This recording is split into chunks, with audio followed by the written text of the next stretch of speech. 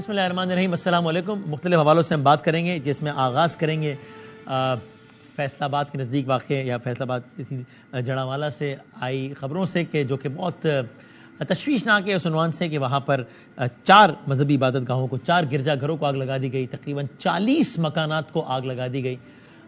معاملہ بظاہر یہ توہین مذہب کے الزام کا تھا، اور پھر نتیجتاً باقاعدہ وہ اعلانات ہوئے، کراؤڈ اکٹھا ہوا، اور پھر یہ سارے کا سارا واقعہ ہو گیا کہ جس کے نتیجے میں 4 گرجا گھر اور تقریباً 40 کے قریب گھر جلا دیے گئے. یہ ہوا کیا معاملہ؟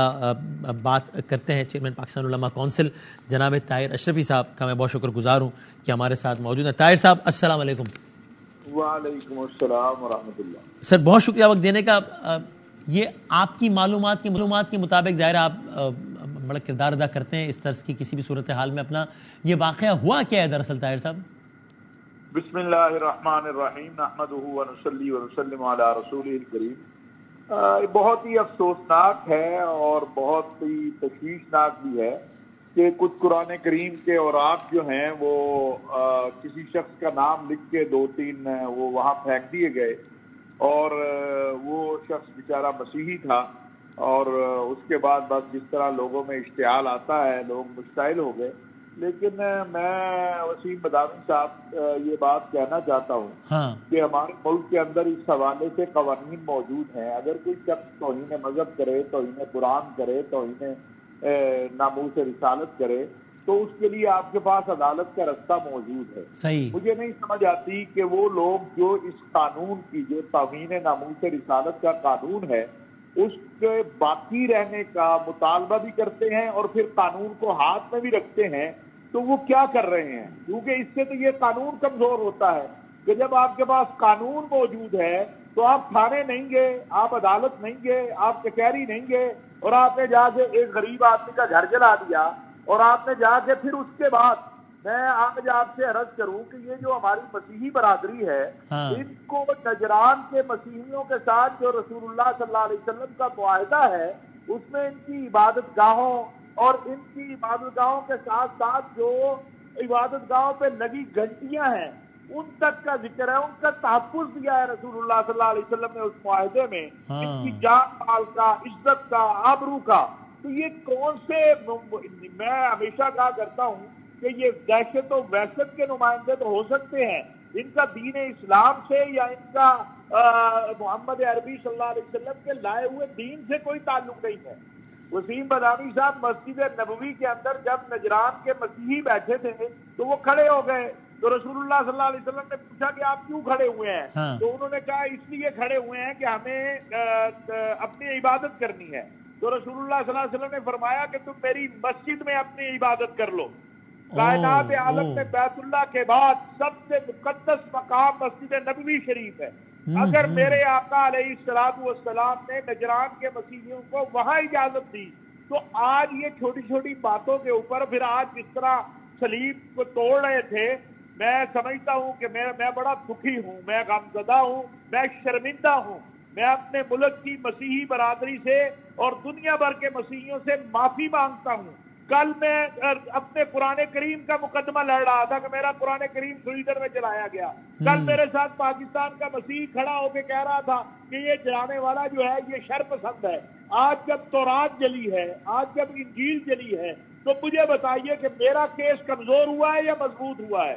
ان ظالموں نے عالمی سطح پہ بھی پاکستان کو بدنام کیا، اس مسلمانوں کو بدنام کیا، اسلام کو بدنام کیا، اور وہ جو قرآن کریم جلا رہے تھے، اور وہ وہاں پر جو سویڈن میں یا ڈنمارک میں جہاں انہوں نے چرچ پہ حملہ کر کے چرچ میں موجود تورات کو جلا کے، انجیل کو جلا کے ان کی انہوں نے نمائندگی کی ہے. یہ ہمارے نمائندے نہیں ہیں. انہوں نے پاکستان کے ساتھ ظلم کیا ہے، انہوں نے پاکستان کے مسلمانوں کے ساتھ ظلم کیا ہے. ہم شرمندہ ہیں اپنے ملک کی مسیحی برادری سے. میں ان تمام بشپ صاحبان سے، پادری صاحبان سے، پاکستان کے مسیحی عوام سے جو میرے ساتھ قرآن کریم کے جلائے جانے پر کھڑے ہو کے کہہ رہے تھے کہ یہ اللہ کی کتاب ہے اور ہم اس کے جلانے کی مذمت کرتے ہیں، میں ان سب سے شرمندہ ہوں. آج جب تورات جلی ہے اور پھر تورات، انجیل، زبور جو ہے، غلامی صاحب ان پہ ہمارا ایمان ہے. اگر ہم ان پہ ایمان نہ لائیں تو ہم مسلمان نہیں ہیں. اگر ہم حضرت عیسیٰ علیہ الصلوۃ والسلام کو نبی نہ مانیں ہم مسلمان نہیں ہو سکتے. یہ دہشت و دہشت کے نمائندہ لوگ ہیں اور ایک پلاننگ لگتی ہے مجھے, کیونکہ اس طرح کا ایک واقعہ سرگودا میں بھی پچھلے کئی دنوں سے جاری ہے, لیکن وہاں علماء نے, مسیحی برادری نے, انتظامیہ نے جو ہے کافی کنٹرول کیا. یہاں تو آنن فانن یہ ہو گیا, چند منٹ کے اندر یہ ہو گیا ہے, اور اس نے میرے ملک کے ماتھے پر داغ لگایا ہے, میرے دین پہ داغ لگایا ہے, میرے وطن کو بدنام کیا ہے, اور ملک بھر کے علماء, مشائخ, پاکستان کی عوام, ریاست, وزیر اعظم کا آپ نے بیان دیکھ لیا, سیاسی جماعتیں سب اس پر متفق ہیں. اور میں اپیل کرنا چاہتا ہوں آپ کے پروگرام کے ذریعے چیف جسٹس آف پاکستان سے کہ جناب آپ نے ویسے بھی ریٹائر ہونا ہے, ایک کام کر دیں, آپ ان مجرموں کو 1 مہینے میں ٹرائل کر کے سزائیں دیں. اگر جوزف کالونی کے مجرموں کو سزائیں مل گئی ہوتی, اگر جو باقی واقعات ہوئے گوجرا کے دوسرے ان میں سزائیں دے دی گئی ہوتی تو آج یہ واقعہ نہ ہوتا. ہمارے پاس قانون موجود ہے, عمل نہیں ہے. اور سر آپ نے جو شروع میں جو بات کی کہ یہ واقعہ اس طرح ہوا کہ 2 اوراق جلا دیے گئے, جس پر ظاہر ہے ہم دل گرفتہ, مطلب قرآن مجید کا ایک ایک ورق ہماری جانوں سے زیادہ قیمتی ہے, ہمارے دل و جان قربان اس میں, اور پھر کسی کا نام لکھ دیا گیا. تو یعنی یہ بھی ممکن ہے کہ کسی نے کسی کا اسکور سیٹل کرنے کے لیے کسی پہ, ابھی تو باقی تحقیقات ہوں گے پتہ لگ جائے گا, لیکن یہ اس کا بھی امکان ہے کہ کسی نے کسی کا نام آپ کہہ رہے ہیں کہ لکھ کر وہ 2 اوراق نہیں, یہی ہوا ہے. اور یہی ہوا ہے, یہ پہلی بار نہیں ہے. لاہور جوزف کالونی میں کوئی توہین نہیں ہوئی تھی. میں آج بھی یہ بات کہتا ہوں, کیونکہ وہاں طاقتور لوگ جو تھے وہ اس جگہ پہ قبضہ کرنا چاہتے تھے, اور میں نے اس وقت کی حکومت کو کہا تھا کہ کبھی جوزف کالونی میں اس مسیحی بچے کو تو آپ نے سزائے موت سنا دی جس کا جھگڑا شراب کے اوپر ہوا تھا مسلمان کے ساتھ, آپ نے پوری کالونی جلانے والوں کو کیوں سزا نہیں دی؟ میرا یہ سوال ہے. اور سر ایک آخری سوال میرا آپ سے, علامہ صاحب آپ ایک عالم کی حیثیت سے رہنمائی کیجیے گا کہ اس میں تو کوئی 2 رائے نہیں نا, ہمارے ایمان کا حصہ ہے, یعنی سرکار دو عالم صلی اللہ علیہ وآلہ وسلم جب تک ہمیں اپنی جان, اپنے مال, اپنے ماں باپ سے زیادہ پیارے نہ ہو تو ایمان ہی مکمل نہیں ہوتا, جو میں نے علماء کرام سے سنا ہے. تو اس میں تو کوئی, میں آپ سے یہ کیا پوچھوں کہ ان کا عزت و احترام, اس میں تو کوئی شک ہی نہیں ہے. اب مجھے بتائیے کہ میں یا کوئی بھی اور شخص اپنا کوئی ذاتی اسکور سیٹل کرنے کے لیے کسی پر یہ الزام لگائے کہ وہ توہین کا مرتکب ہوا ہے, اس شخص کے بارے میں اب کیا حکم ہے؟ اگر کوئی شخص, مثلا یہ میں نے نظریاتی کونسل میں یہ پیش کیا تھا اور وہ متفقہ پاس ہوا, لیکن پھر ایک دم اس کو بلڈوز کیا گیا. وسیم بادامی صاحب, میں آپ کے نام سے کوئی چیز لکھتا ہوں جس میں توہین ہے اور آپ کو پتہ ہی نہیں ہے, تو توہین کا مرتکب کون ہوا؟ توہین کا مرتکب تو وہ ہوا جس نے وہ لکھا ہے. ہمارے یہاں قانون کے اندر آپ کے نام پر ہے, آپ یوم صفائی مناتے رہیں گے, جس نے آپ کے نام سے لکھا اس کو کوئی نہیں پکڑتا. ہم کہتے ہیں جس نے یہ حرکت کی, جھوٹا الزام لگایا, توہین کا جو ہے ارتکاب تو اس نے کیا ہے. کوئی کسی کے اوپر یہ الزام لگاتا ہے کہ اس نے معاذ اللہ رسول اللہ صلی اللہ علیہ وسلم یا صحابہ اکرام یا اہل بیت کے حوالے سے یہ غلط بات کی ہے, اور اس نے نہیں کی ہوتی تو مجرم تو یہ ہے یہ جو کہہ رہا ہے کہ اس نے غلط بات کی ہے, اور اس کے اوپر کوئی گرفت نہیں ہوتی ہے.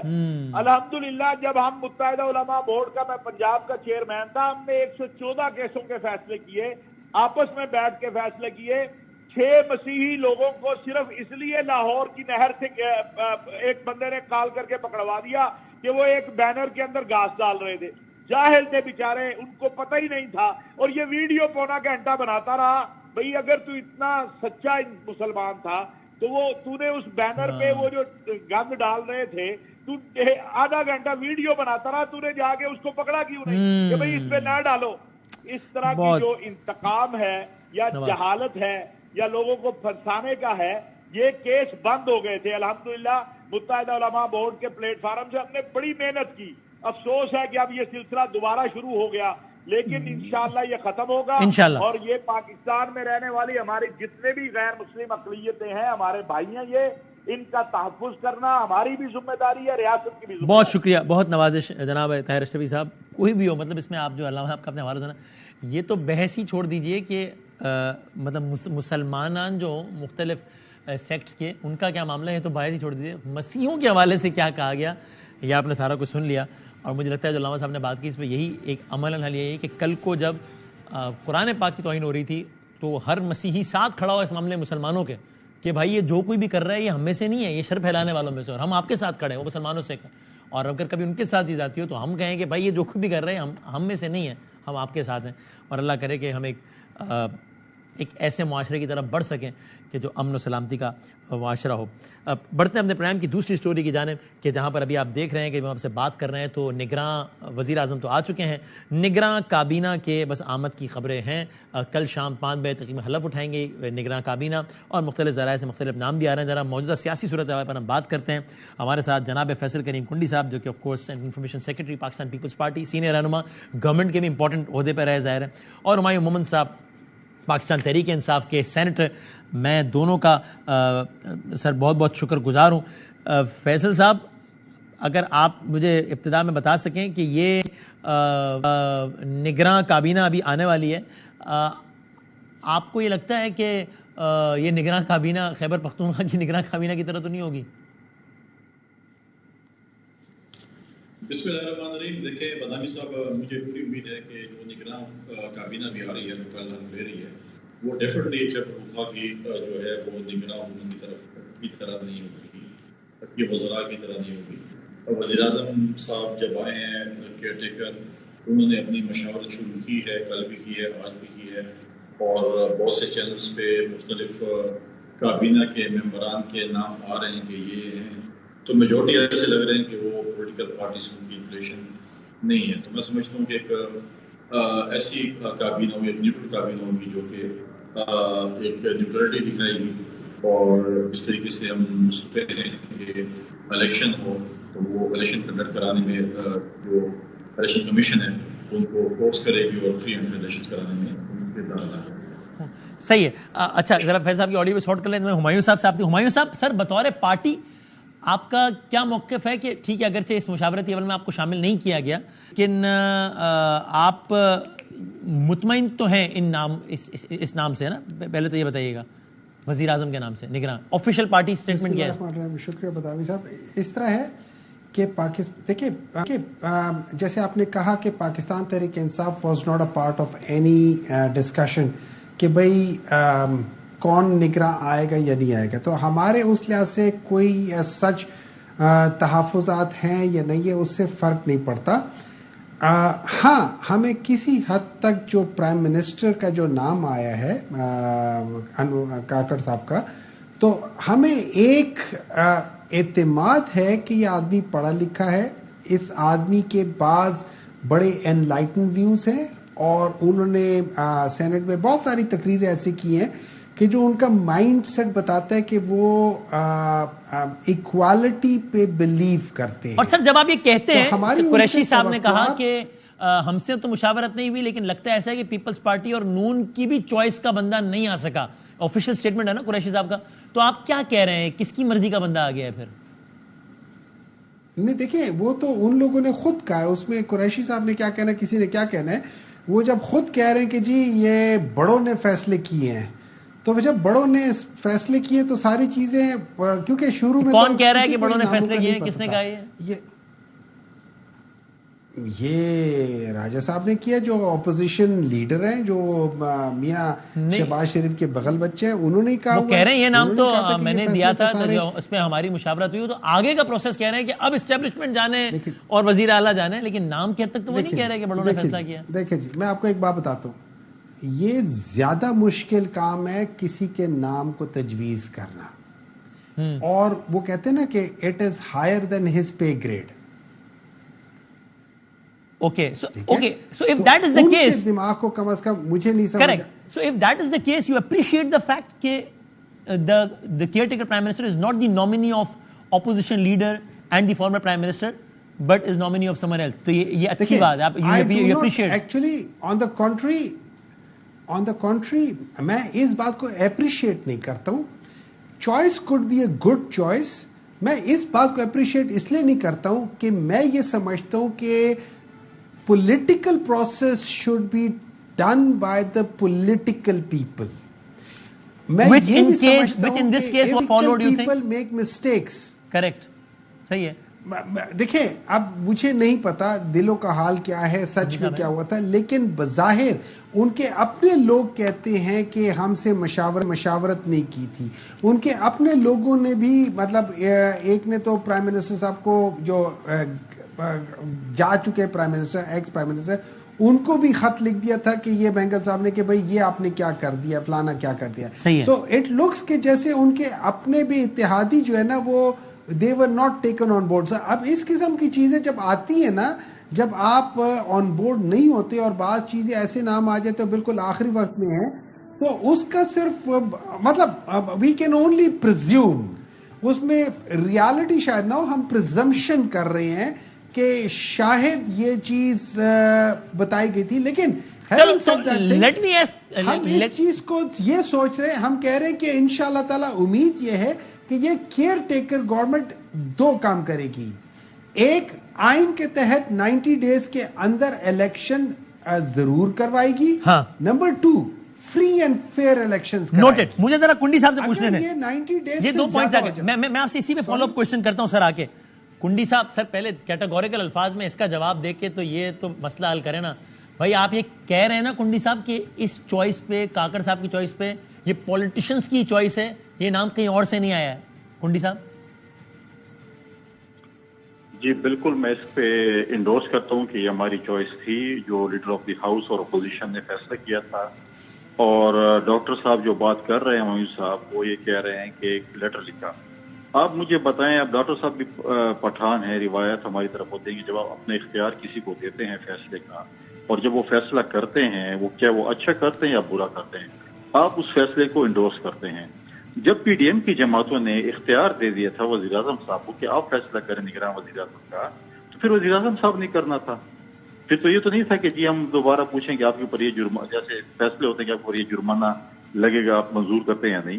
تو جو اور آپ کو یہ یقین ہے نا کنڈی صاحب ہمارا لائٹر سائڈ کہ یہ تو نہیں ہوا کہ آپ نے اختیار شہباز صاحب کو دیا اور شہباز صاحب نے آگے کسی اور کو دے دیا. شہباز صاحب نے اختیار اپنے پاس ہی رکھ کے فیصلہ کیا. شہباز صاحب نے اس کے اوپر دیکھیں، شہباز صاحب نے اس کے اوپر مشاورت بھی کی، پولیٹیکل لیڈرشپ کے ساتھ مشاورت کی. ایسی کوئی بات نہیں ہے کہ بالکل جو ہے ایسے ہو. ہاں یعنی کیونکہ کے پی میں ہوا نا کہ زرداری صاحب نے این پی سے کہا کہ یار گورنر ہمارا آنا چاہیے، ہم نہیں لاتے، آپ اپنا لے آؤ. این پی نے مولانا صاحب کو دے دیا کہ چلو آپ اپنا لے آؤ، اور آپ نے کہا ارے یہ کیا ہو گیا. ایسا کچھ تو نہیں ہو گیا نا کہ یہ وزیر اعلیٰ؟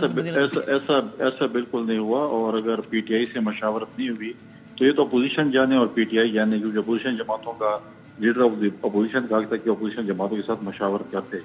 باؤنڈ نہیں ہے لیکن پھر بھی اخلاقی طور پر مشاورت نہیں کی تو یہ ان کا جو ہے وہ اندرونی موضوع. لیکن مشاورت کیا کرتے، یہ تو پارلیمنٹ میں موجود ہی نہیں تھے. پارلیمانی جماعتوں کے ساتھ مشاورت کرتے جو پارلیمنٹ میں موجود تھے، تو شاید انہوں نے پارلیمنٹ میں جو موجود جماعتیں تھیں ان کے ساتھ انہوں نے مشاورت. ایتھیکلی اگر کر لی جاتی تو اچھا نہیں تھا؟ چلیں آپ باؤنڈ نہیں بھی تھے تو کر لی جاتی اچھا نہیں تھا؟ جو لوگ پارلیمنٹ میں موجود تھے، لیڈر آف دی اپوزیشن جو ہے جو پارلیمنٹ میں، پارلیمان کی ایک طاقت تو تھی نا، کل تک استعفیٰ دے دیا، کل تک تو ایک طاقت تھی نا پارلیمان کی. کل کی بات نہیں کرنا، آپ آج کی بات کرنا. کل کی بات سے میں بولوں گا کہ پرسوں کی بات بھی کریں اور ترسوں کی بات بھی کریں. انہوں نے خود استعفے دیے نا، ان سے کوئی کہا تو نہیں کیا استعفے دے. انہوں نے کہا تھا ہم خود اپنی مرضی سے استعفے. آپ سمجھتے ہیں ایتھیکلی بھی پی ٹی آئی سے مشاورت کی کوئی ضرورت نہیں تھی سنبھل میں؟ دیکھیں انہوں نے راجہ ریاض صاحب کو کس نے موقع دیا لیڈر آف دی اپوزیشن بننے کے لیے؟ انہوں نے دیا نا. یہ استعفے نہ دیتے تو یہ لیڈر آف دی اپوزیشن ہوتے. آج شاموس قریشی صاحب کو پریس کانفرنس نہیں کرنی پڑتی، شاید میں بھی پی ٹی آئی کے جو لیڈر ہے وہ ان کے اوپر اعتماد کرتے کہ آپ لیڈر آف دی اپوزیشن بن گئے تو یہ کرتے. لہٰذا وہ تھے لیڈر آف دی اپوزیشن کو چاہیے تھا مشاورت کرنے، نہیں کی تو باؤنڈ نہیں تھے. اب میں سمجھتا ہوں کہ پرائم منسٹر آ چکے ہیں، کابینہ کل آ جائے گی اور ہمیں آگے الیکشن کی طرف دیکھنا چاہیے. باقی اس چیز پہ ہم جو ہے وہ کھودیں جو ہے یہ کیسے آ گیا، کس طریقے سے آ گیا. میں سمجھتا ہوں پولیٹیکل شخص آ گیا ہے اور میں سمجھتا ہوں کہ ایک اچھی بات ہے، ایک چھوٹے صوبے سے آیا اور سب اس پہ راضی ہیں، بھی اچھی بات ہے. اب میں اس کو کنکلوڈ کرتا ہوں. مومن صاحب پلیز آپ بتا دیجیے، آپ کہہ رہے ہیں 90 دن میں الیکشن کرا، is that even possible? Because اب تو مردم شماری ہو گئی ہے تو نہیں حلقہ بندی نہیں، تو 90 دن میں تو ہو ہی نہیں سکتے نا. کیا یا آپ یہ کہہ رہے ہیں کہ بھائی مردم شماری، اگر الیکشن کمیشن یہ کہتا ہے کہ صاحب مردم شماری کے بعد اگر یہ حلقہ بندی کرنی تو 90 دن زیادہ لگیں گے، تو بھائی پھر پرانی مردم شماری پہ کراؤ لیکن 90 دن کے اندر کراؤ. کیا کہہ رہے ہیں، آپ کا موقف کیا ہے؟ Final question. دیکھیں first of all let me correct Kundi صاحب کہ جو لیڈر آف اپوزیشن تھے انہوں نے جو پارلیمان کے اندر اپوزیشن کی پارٹی تھی جی ٹی اے، انہوں نے ان سے بھی کوئی مشورہ نہیں کیا. So forget about P T I. انہوں نے جو بیٹھے ہوئے تھے پارلیمان کے اندر ان سے بھی مشورہ نہیں کیا اور یہ وہ لوگ جی ٹی اے والے کہہ چکے. اب بات آ جاتی ہے آپ کے سوال پہ کہ دیکھیں الیکشن کمیشن تنخواہ کس بات کی لیتا ہے. الیکشن کمیشن تنخواہ اس بات کی لیتا ہے کہ وہ ہر وقت تیار ہو الیکشن کروانے میں. الیکشن دو صورتوں میں ہو سکتی ہے. ان دس کیس تو کہیں گے نا کام ہی اتنا بڑا ہے کہ ہیومنلی پاسبل نہیں ہے 90 دن میں کرنا. اگر وہ یہ کہہ دیں تو آپ کا کیا موقف ہے؟ سر میری بات سنیں، میری بات سنیں, یہ ساری چیزیں پاسبل ہوتی ہیں. مشکل کیا ہے, آپ پتہ کروائیں, یہ نادرا سے پتہ کروائیں کہ ووٹ کہاں کہاں درج ہوئے, کس جگہ پہ کیوں ہوئے, کون لوگ کدھر رجسٹر ہوئے, آپ کو فوراً ہو جائے. ڈی لمیٹیشن کرنے میں کون سی دیر لگتی ہے؟ تو آپ کہہ رہے ہیں 90 دن میں پاسبل ہے, تو آپ کہہ رہے ہیں نئی مردم شماری کے تحت بھی ہو اور 90 دن کے اندر بھی ہو پاسبل. صحیح ہے. تو آپ کا مطالبہ ہے کہ نئی مردم شماری کے تحت بھی اور 90 دن میں بھی باتیں ہزار ہیں. ٹھیک ہے سر, اگر دل نہ چاہے تو باتیں ہزار ہیں, لیکن اٹ از پاسبل. 10 سے 15 دن میکسیمم 1 مہینہ لگے گا, باقی 2 مہینوں میں یہ تیاری کرے. تیاری کیا کرنی ہے, ان کی تیاری آلریڈی پوری ہونی چاہیے. بٹ ٹھیک ہے, نوٹڈ. ان کو پتا تھا. کنڈی صاحب, میں نے آخری سوال آپ سے کرنا ہے سر, چونکہ میں نے اپنے اگلے سیگمنٹ کی طرف جانا ہے اس کے بعد. تو کنڈی صاحب, آخری سوال یہ ہے, کے پی کی کابینہ کا آپ نے شروع میں حوالہ دیا, وہ تو جو ہونا تھا ہو گیا. سمر بلور صاحبہ این پی نے کہا کہ جناب اچھا ہوا کابینہ گھر گئی, لیکن ایک شخصیت ابھی بیٹھی ہے جن کے ہوتے ہوئے ہم توقع نہیں کرتے کہ فری اینڈ فیئر الیکشن میں ہونے دیں گے, اپنے طور پر کوشش کریں گے کہ نہ ہو. تو ہم ان کے بھی استعفے کا مطالبہ کرتے ہیں, یعنی کہ گورنر کے پی کا. کیا پیپلز پارٹی کا بھی یہ مطالبہ ہے گورنر کے پی کے استعفے کا؟ دیکھیں, سی ایم جو ہے وہ چیف سیکرٹری آف پروونس ہوتے ہیں اور کابینہ جو ہے وہ کام کرتی ہے, کیونکہ کابینہ ایک مخصوص جماعت کی تھی, وہ زیادہ ایکٹیو تھی. میں سمجھتا ہوں کہ جب نئی کابینہ آئے گی تو سی ایم صاحب ایکٹیو ہوں گے. گورنر کا رول پروونسز میں بہت کم ہوتا ہے, لہٰذا جب ان کی جماعت کی, کیونکہ وہ ان کا تعلق بھی جے یو آئی سے ہے گورنر صاحب کا, اور کابینہ بھی ساری جے یو آئی کی, تو اس لیے وہ نظر آ رہا تھا کہ گورنر صاحب کا بہت ایک اہم رول ہے. جب نئی کابینہ آئے گی, نیوٹرل کابینہ آئے گی, ٹیکنوکریٹ آئیں گے, تو گورنر صاحب کا رول ختم ہو جائے گا اور ان منسٹرز کا رول ہوگا. So now you are okay with governor KP کے, because اب نئی کابینہ آ جائے گی. We are okay with it. Right sir, thank you very much sir, بہت شکریہ. میں اپنی اگلی سٹوری کی طرف جاتا ہوں جو کہ گورنر کے پی کے سے متعلق ہی ہے.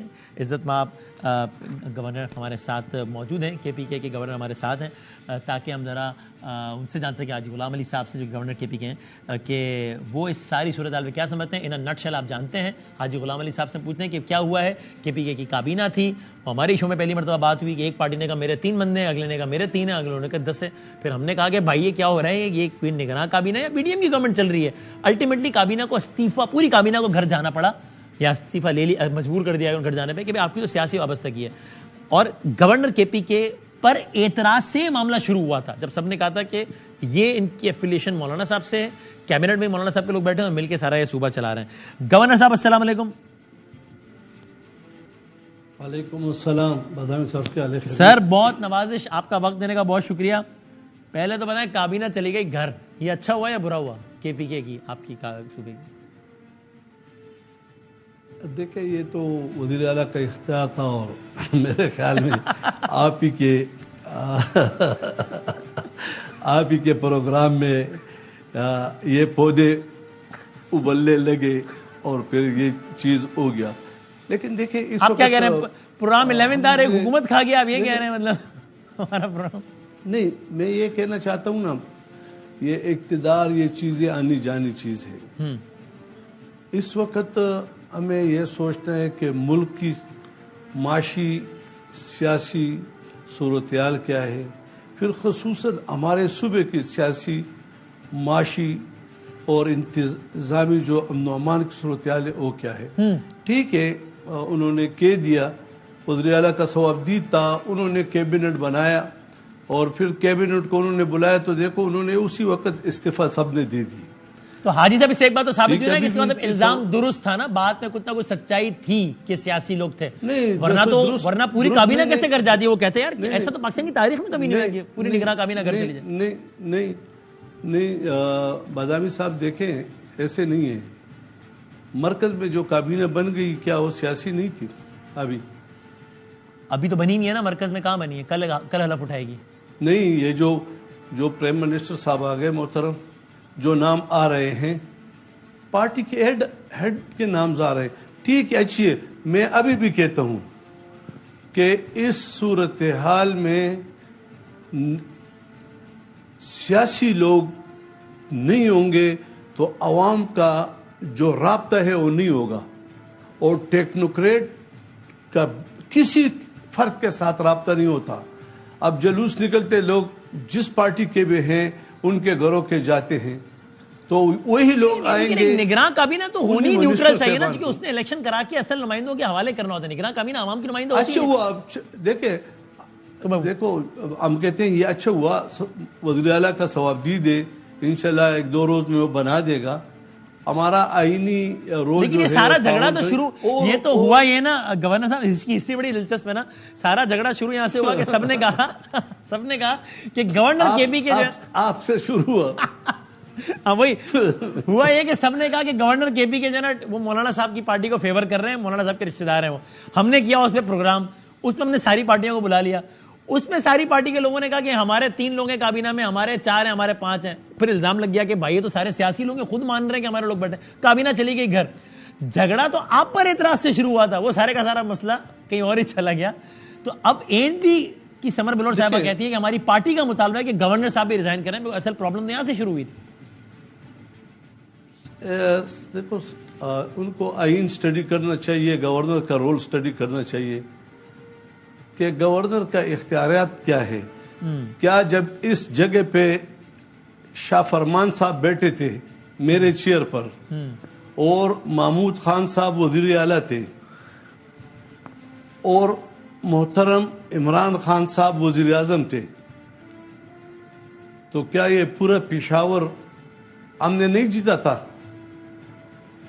تو ان کا رول کدھر گیا؟ اچھا سر اس بارے میں بات یہ تو آپ پہ سیاسی وابستگی کا الزام لگاتے ہیں نا. آج کی تاریخ میں آپ جمعیت علماء اسلام کے رکن ہیں. دیکھیں جب میں گورنر یہاں اوت اٹھا لیا, میں صوبے کا گورنر ہوں اور آپ کو میں یعنی ایک ریکویسٹ کرتا ہوں جی سر کہ پورے صوبے سے آپ اوپینین لے لیں. اور 20 سالوں میں پورے صوبے کے عوام کو کسی نے اتنی پیار اور محبت نہیں دی جتنے ہم نے 8-9 مہینوں میں دی. پورے صوبے میں نے کم از کم 10,000 اسٹوڈنٹ کو ڈگریاں دی ہیں اور کتنے یونیورسٹیوں میں گئی. گزشتہ 10 سالوں میں کوئی گورنر نہیں گیا. یہ ایفیشنسی جو ہے نا ان کے دشمن ہیں. اچھا لیکن سر وہ جو سوال ہے آپ کی وابستگی, آج آپ جمعیت علماء اسلام کے رکن ہیں آپ ٹھیک, جب گورنر بن گیا تو گورنمنٹ نے بنایا نا, اوت چیف جسٹس نے دیا نا. جی جی یہ جو لاہور میں گورنر بیٹھا ہے یہ کس پارٹی کا تھا؟ تو میں آپ سے وہی پوچھ رہا ہوں, آپ نے یعنی جب آپ نے یہ منصب سنبھالا تو آپ نے اپنی پارٹی عہدے سے استعفیٰ دیا یا ہے پارٹی کے رکن ہیں؟ ہم دیکھیں اس وقت ہمیں یہ چاہیے کہ ہم صوبوں کو, عوام کو, ملک کو مشکلات کے خاتمہ اور یکجہتی کی طرف جائیں. یہ ہر روز اگر ہم اس طرح تجربے کریں گے یہ اچھی بات نہیں ہے. اور انشاءاللہ آپ دیکھ لیں گے, ابھی ہمارا ایک الیکشن ہوا, یہ میرے بازو کے سامنے ہوا. ہاں کیا ہوا اس میں تو پی ٹی آئی جیت گیا. رول ہوتا ٹھیک ہے, اگر رول ہوتا تو پھر کیا ہوتا, پھر آپ جیت جاتے. آپ اور جو لوگ کہتے ہیں کہ یہ اس طرح ہے تو دیکھو انہوں نے کتنے ووٹ لیے. ٹھیک ہے, وہ جو ان کے آبائی حلقے تھے 1500-1600 ووٹ کو آ گئے. ہم یہ نہیں کہتے, یہ عوام کا حق ہے. اگر پی ٹی آئی جیت گیا, اگر JUI جیت گیا, اگر پیپلز پارٹی یا کوئی اور پارٹی جیت گئی, ہمارا اس میں آپ کہیں نہیں جا رہے, آپ استعفیٰ نہیں دے رہے. صحیح ہے, ٹھیک ہے. اور آپ سمجھتے ہیں کہ اس میں کیا مسئلہ ہے. ٹھیک ہے, آپ نے اس کی ایگزامپلز بھی دے دی. اور پچھلی کابینہ سے متعلق آپ کی رائے ہے کہ وہ ٹھیک ہے, وہ تھی تو نیوٹرل ہی, لیکن استعفیٰ دے دیا تو اچھی بات ہے. صحیح ہے, ٹھیک ہے. ٹھیک, لیکن اتنی جلدی جو ہے نا تجربے پہ تجربہ کرنا, یہ اس وقت اس صوبے کی مفاد میں نہیں ہے, ملک کی جو صورتحال ہے اس کے مفاد میں نہیں ہے. تھینک یو سر, بہت نوازش, بہت شکریہ. گورنر کے پی کے ہمارے ساتھ موجود. ایک بریک لیتے ہیں, ایک اور سٹوری کے ساتھ بریک کے بعد حاضر ہوں.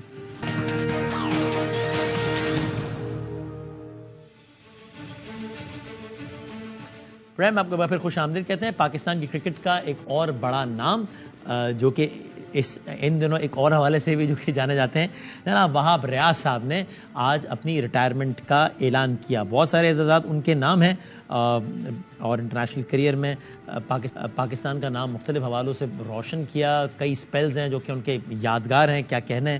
اور پی ایس ایل جو کہ ظاہر ہے پاکستان کا برانڈ ہے اور پاکستان کو بڑا فخر ہے اس پر. پی ایس ایل کی تاریخ میں سب سے زیادہ وکٹیں لینے کا اعزاز کئی اور اعزازات کے ساتھ یہ بھی وہاب ریاض کے نام ہے, جنہوں نے 88 میچز کھیل کر 113 وکٹیں لیں. T20 فارمیٹ میں اوور آل دیکھیں تو 400 سے زیادہ وکٹیں لینے والے پہلے Pakistani bowler, first Pakistani bowler کہ جس نے T20 فارمیٹ میں 400 پلس وکٹس لیں. انٹرنیشنلی بھی یہ دنیا کے دوسرے بالر ہیں جنہوں نے T20 فارمیٹ میں 400 پلس وکٹیں لیں. اور باقی of course one day test T20 کی تو کیا ہی کہنا ہے. تو وہاب ریاض صاحب ہمارے ساتھ موجود. ہم نے کہا آج کا دن انہوں نے کرکٹ کی دنیا کو خیر بات کیا ہے, تو ذرا ان سے کچھ ہارٹ ٹو ہارٹ کنورسیشن کریں. وہاب ریاض صاحب السلام علیکم. Thank you very much for your time. پہلے تو ایک معصومانہ سوال سے آغاز, ریٹائرمنٹ لینے کی وجہ آپ کو لگا کہ کرکٹ اب ختم ہو گئی؟ ظاہر ہے ہر چیز ایک ایج کے ساتھ ہوتا ہے, یعنی ایج بھی بلکہ کریئر کے سٹیجز ہوتے ہیں ڈفرینٹ. تو آپ کو لگا کرکٹ ختم ہو گئی یا آپ کو لگا کہ سلیکشن کا امکان ختم ہو گیا ہے؟ پرائم ریزن کیا تھی ریٹائرمنٹ؟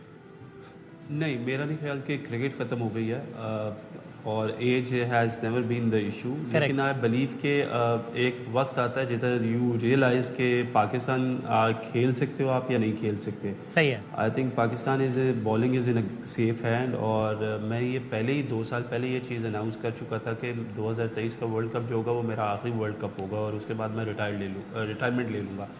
لیکن آئی بلیو کہ ٹائم آ گیا کیونکہ آبویسلی سلیکشن ہوگی نہیں, تو مجھے صاف نظر آ رہا تھا, تو یہ ڈیسیژن میں نے اس وجہ سے ورلڈ کپ سے پہلے لے لیا. آپ کو لگتا ہے کہ ورلڈ کپ اسکواڈ میں جگہ بنتی تھی آپ کی؟ دیکھیں ریئلسٹکلی دیکھیں تو وسیم بھائی 2 سال سے میں نے پاکستان کو ریپرزینٹ نہیں کیا ون ڈے میں اور نہ T20 کرکٹ میں, اور آپ کو پتہ میں صرف وائٹ بال پہ فوکس کر رہا تھا. تو دس از ویری انڈرسٹینڈیبل کہ out of the blue box سے اچانک آپ جا کے کھیل جاؤ گے تو دیٹ از ناٹ پاسبل. اور میرا خیال ہے ابھی جو لڑکے ہیں وہ اچھا کر رہے ہیں, تو مجھے یہ ریئلائزیشن تھی I have tried my level best. اگر میرا PSL اچھا چلا جاتا جو لاسٹ تھا جس طرح میں چاہتا ہوں تو پھر شاید it would have made a difference. So no compliance Pakistan Cricket Board سے؟ نہیں, no compliance, no compliance at all. Generally speaking آپ سمجھتے ہیں کہ پاکستان میں جس طرح پلیئرس کو کوئی بھی پلیئر ہو اس کو الوداع آنا چاہیے جس کی سروس ہو پاکستان کے لیے, وہ اس انداز سے الوداع کیا جاتا ہے یا نہیں, اس سے بہتر ہو سکتا ہے معاملہ؟ مجھے لگتا ہے کہ اس سے بہتر ہونا چاہیے. کمیونیکیشن کا ایک بہت بڑا گیپ ہے پلیئرز میں اور پاکستان کرکٹ بورڈ میں, چاہے وہ سلیکٹرز کی صورت میں ہو چاہے وہ ہائر مینجمنٹ کی صورت میں ہو.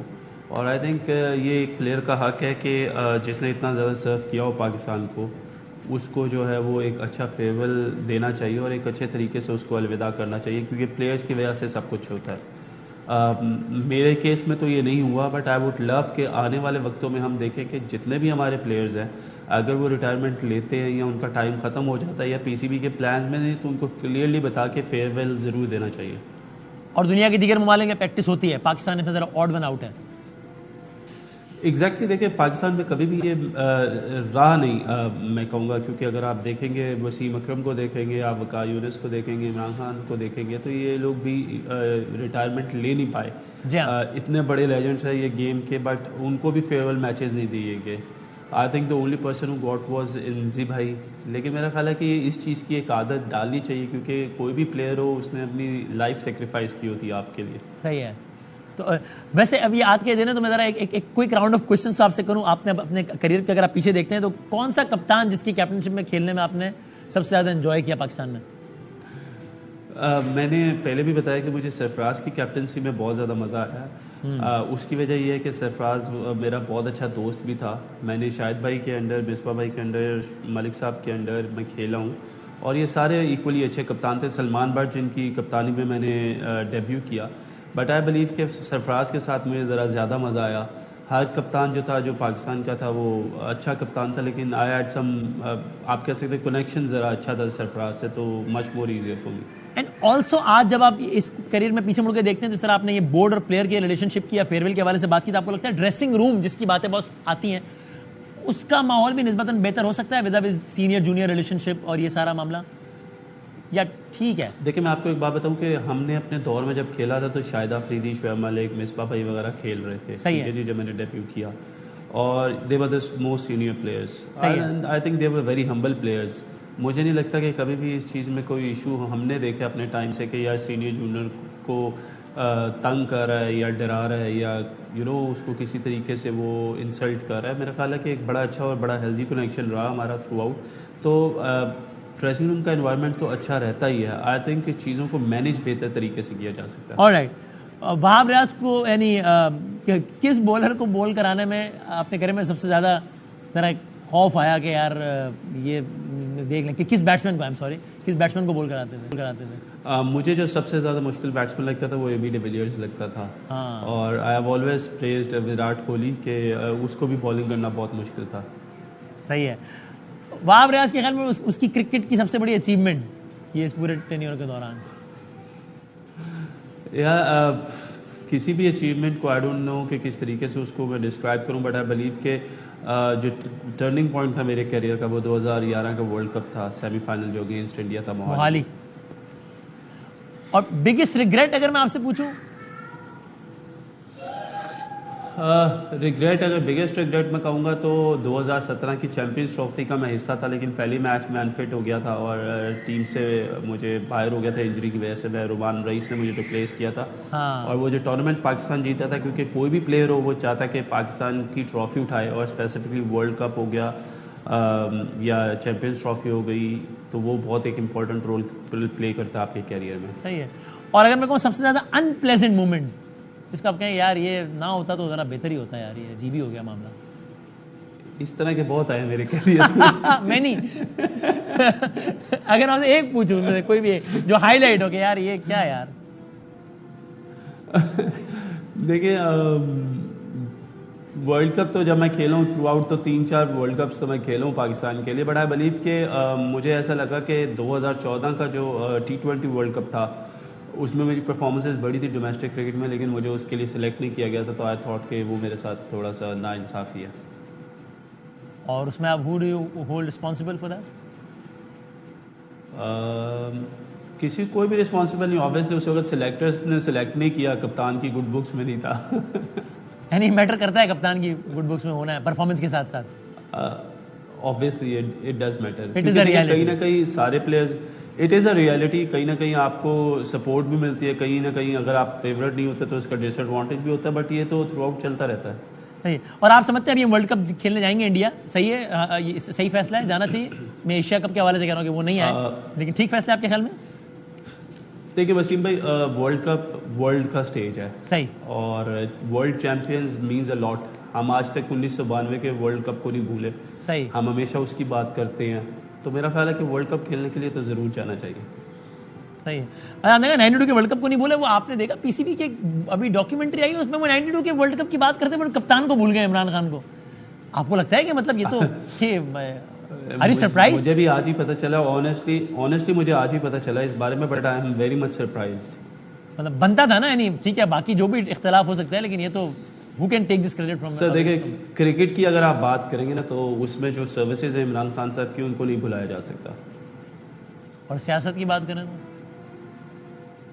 میرا اتنا انٹرسٹ نہیں ہے سیاست میں. یار آپ, میں نگراں وزیر سے بات کر رہا ہوں, مجھے وہ کہہ رہے ہیں سیاست میں میرا انٹرسٹ نہیں ہے. دیکھیے میں نگران سیٹ اپ میں آیا ہوں, اور نگران سیٹ اپ کا مطلب یہ ہے کہ جتنا ٹائم ہمارے پاس ہے اس کو اچھے طریقے سے یوٹیلائز کریں اور لوگوں کی فلاح و بہبود کے لیے کام کیا جائے. آپ سے کرتے ہیں لوگ یہ سوال جو ہم باقی سیاستدانوں سے ہم کرتے ہیں نا کہ بھائی جان نگراں سیٹ اپ تو آئین کے مطابق 90 دن کا ہوتا ہے, آپ کے تو پتہ نہیں 100 کتنے دن ہو گئے, تو یہ تو ہر دن غیر آئینی ہے. وہ ایسے سوالات ہوتے ہیں آپ سے, یا چلے نہیں ہوتا تو میں پوچھ لیتا ہوں, تو اس کا how would you answer this question? دیکھیں وسیم بھائی, ہم لوگ آئے ہیں نگران سیٹ اپ میں. الیکشن کروانا الیکشن کمیشن کا کام ہے, ہمارا کام ہے سرو کرنا. میں ہمیشہ لوگوں کو یہ کہتا ہوں ہم لوگ ملازم ہیں, ہم لوگ قوم کے ملازم ہیں, ہم حکومت کے ملازم ہیں. جس دن ہمیں کہیں گے تھینک یو ویری مچ, ہم لوگ بالکل سائڈ پہ ہو جائیں گے. ہماری طرف سے الیکشن کل ہو جائیں, پرسوں ہو جائیں, مہینے بعد ہو جائیں, 2 مہینے بعد ہو جائیں, یا جو ٹائم گزر گیا اس میں ہمارا یا ہماری کیبنٹ کا قصور نہیں ہے. تو دس از ویری سمپل کہ جی ایک کب تک ہو رہے ہیں ویسے الیکشن, اندازہ کیا ہے؟ آنیسٹلی مجھے نہیں پتا, کوئی آئیڈیا نہیں. آپ کی خواہش یہ تو نہیں ہے کہ 2-3 سال اور ہی نہ ہو تو ٹھیک ہے یار, ذرا صحیح ہے؟ نہیں, میں نے آپ کو کہا میں غیر سیاسی مجھے نہیں پتا. آپ کی خواہش ہے کہ جلد از جلد الیکشن ہو جائے, یا آپ اس معاملے میں بھی نیوٹرل ہیں کہ آپ کی کوئی خواہش نہیں ہے, جب کرانے کرا دو بھائی؟ نہیں ہو جانے چاہیے, ہونے چاہیے, obviously ایک ٹائم ہے اس پہ, اگر الیکشن ہو جائے تو بہت اچھی بات ہے. آپ ویسے یہ کرکٹ اننگ کھیلنے کا یہاں کیسے آگے؟ ایک دم آپ کو یاد ہے میں نے خبر دیکھی وہاب ریاض, تو میں نے آپ کو کال بھی کیا کہ بھائی جان یہ وہاب ریاض کا نام چل رہا ہے, یہ آپ کا ہے نا؟ آپ نے کہا یار وسیم آپ کو کچھ شک ہے؟ میں کہا نہیں شک نہیں, ذرا حیرت ہے. تو یہ اچانک کیسے آپ کو کس نے کال, پہلا رابطہ کس نے کیا آپ سے کہ ہم یہ سوچ رہے ہیں؟ دیکھیں مجھے آبویسلی فون آیا جس پہ مجھے یہ پوچھا گیا کہ آپ کام کریں گے, اور کیونکہ ہم چاہتے ہیں کہ اسپورٹس کی بہتری ہو اور ہم چاہتے ہیں کہ ہم اسپورٹس کو بھی اسٹینڈ کریں ساتھ ساتھ. تو اس کے بعد پھر I have to make a decision, اور اس کے بعد میں نے اپنی فیملی سے پوچھا, اپنے کچھ قریبی دوست ہیں ان سے مشورہ کیا, اور اس کے بعد پھر میں نے اس اپرچونیٹی کو دیکھا کہ دس از این اپرچونیٹی, بیکاز دیکھیے کرکٹ تو ہمارے ملک میں بہت زیادہ ایکسپینڈ کیا ہوا ہے کرکٹ نے, اور لیکن جو باقی اسپورٹس ہیں اس میں ابھی بھی بہت چیزوں کا فقدان ہے, اور آئی تھنک کہ بہت سی چیزیں بہتر ہو سکتی ہیں. میں کیونکہ ایز اے اسپورٹس مین میں نے لائف گزاری ہے, مجھے پتہ ہے کہ کیا مشکلات ہے, کن چیزوں کو بہتر کیا جا سکتا ہے, کیونکہ ابھی کوئی بھی اسپورٹس مین ہے وہ کرکٹ کے علاوہ کہیں پہ اپنے آپ کو فیوچر سیکیور دیکھتا نہیں ہے کسی بھی ادر اسپورٹس میں. تو کوشش یہی ہے کہ جی ان چیزوں پہ کام کیا جائے, اور آئی نو کہ ٹائم اسپیم بہت کم ہے, لیکن چیزوں کو تھوڑا سا بہتر کیا جا سکتا ہے, ایک اچھی ڈائریکشن دی جا سکتی ہے. فون کس کا آیا if you like to share؟ رہنے دیں, آپ سے بہتر کس کو پتہ ہو سکتا ہے چیزوں کا؟ مجھے کیا پتا, میں نے کوئی اندازہ لگا لیا, وہ اندازہ غلط ہوا تو پھر بات ہو جائے گی. کسی سیاسی بندے کا اندازہ آپ لگا لیں, کوئی مسئلہ نہیں ہے. کسی سیاسی بندے کا فون؟ میں نے آپ کو کہا میرا سیاست سے تعلق ہی نہیں, تو مجھے کیوں کسی سیاسی بندے کا فون آنا تھا. اچھا صحیح, ٹھیک ہو گیا. اور آپ کا یہ آج جب آپ اب دیکھیں اس سے کوئی بندہ کوئی بھی گیس کرے, مجھے نہیں پتا. اچھا اب آپ نے ایک اننگز آج ختم کی ہے, ویسے ظاہر ہے ابھی تو آپ وہ فرینچائز لیگ تو کھیلیں گے نا, آئی wish you all the best, اللہ آپ کو بہت کامیاب کرے, پی ایس ایل کے سب سے کامیاب بالر ہیں آپ. لیکن آپ کی یہ والی اننگ ختم ہو رہی ہے تو کیا دوسری اننگ میں باقاعدہ آنے کا ارادہ ہے؟ کیا سیاسی ہوتا ہے نگراں وزیر, نگراں سیٹ اپ کے بعد پھر آپ باقاعدہ سیاست میں بھی آئیں, ممکن ہے؟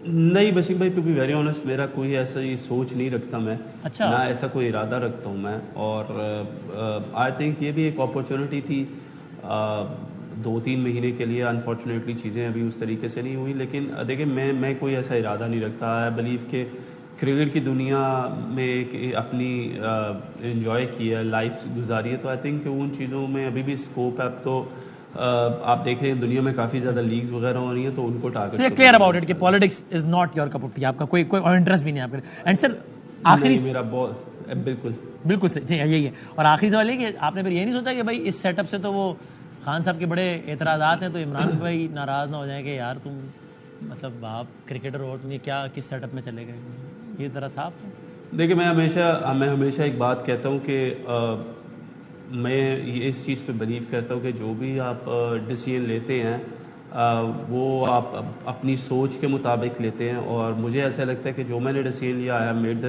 Right decision. It is not about کہ لوگوں کو ناراض کرنا یا یہ سوچنا کہ لوگ کیا سوچیں گے. میں کبھی ان چیزوں پہ نہیں جاتا, نہ میرا کسی سے کوئی ایسا کچھ ہے کہ میں ان کو کہوں. I got an opportunity to serve the Pakistan, serve the people of Pakistan. So I think that was much more important than anything else in my life. ٹھیک ہو گیا سر, تھینک یو ویری مچ سر. وہاب بھائی بہت شکریہ, wonderful career, and I wish you all the best کہ آپ کا جو franchise اور یہ سر اللہ تعالیٰ سے بہت کامیاب کرے. Once again thank you very much. ایک بریک کے بعد ہم کنکلوڈ کرتے ہیں. سو پروگرام کے آخر میں یہ کہ کل ایک انٹرسٹنگ دن ہوگا کہ کل اب انوار کاکڑ صاحب وزیر اعظم تو آ گئے ہیں, اور انٹرسٹنگلی ایسے وزیر اعظم ہیں کہ جن کی نامزدگی پر کوئی بھی بڑا اعتراض نہیں اٹھا. اختر منگل صاحب نے کئی بات, کوئی ایک بھی بڑا اعتراض سامنے نہیں آیا ہے کاکڑ صاحب کی نامزدگی پہ, پی ٹی آئی کی طرف سے بھی نہیں, جو کہ کہہ رہی ہے کہ میں مشاورت کا حصہ نہیں بنایا گیا. پھر بھی آپ نے دیکھا کہ محمد صاحب کیا کہہ رہے ہیں. اب کل ان کی کابینہ سامنے آ جائے گی, اب دیکھتے ہیں کہ کابینہ پر کیا ہوتا ہے. مت بھولیے کہ پاکستان کی تاریخ میں پہلی بار ہوا ہے کہ ایک نگراں کابینہ آ کے گھر جا چکی ہے کے پی کے میں سیاسی الزامات کی وجہ سے. اب دیکھتے ہیں کاکڑ صاحب کی کابینہ کل کن ناموں پر مشتمل ہوتی ہے. کچھ نام چل بھی رہے ہیں, دیکھتے ہیں ان میں سے کن کن ناموں کی کنفرمیشن ہوتی ہے. زندگی صحت رہی تو کل ملتے ہیں انشاءاللہ. اللہ حافظ.